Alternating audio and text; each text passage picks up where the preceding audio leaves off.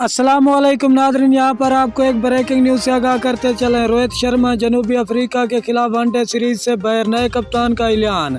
हम आपको मुकम्मल अपडेट से आगाह करेंगे। इससे पहले अगर आप हमारे चैनल पर न्यू हैं या पहली बार विजिट कर रहे हैं तो चैनल सब्सक्राइब करें, साथ दिए गए बेल आइकन को ऑल पर कर दें ताकि हर नई आने वाली वीडियो आप तक बआसानी पहुँचती रहे। तो नाज़रीन, आपका कीमती वक्त ज़ाय किए बगैर चलते हैं वीडियो की तरफ। भारतीय T20 और वनडे क्रिकेट टीम के कप्तान रोहित शर्मा इंजरी के बायस जनूबी अफ्रीका के खिलाफ 3 मैचेस पर मुश्तमिल एक रोज़ा सीरीज से भी बाहर हो गए। भारतीय क्रिकेट बोर्ड के मुताबिक हाल ही में विराट कोहली की जगह वनडे और T20 टीम के कप्तान बनाए जाने वाले रोहित शर्मा अपनी इंजरी से सेहतयाब नहीं हो सके, जिसकी वजह से वो जनूबी अफ्रीका के खिलाफ एक रोज़ा सीरीज से बाहर हो गए। भारतीय क्रिकेट बोर्ड के मुताबिक रोहित शर्मा की गैर मौजूदगी में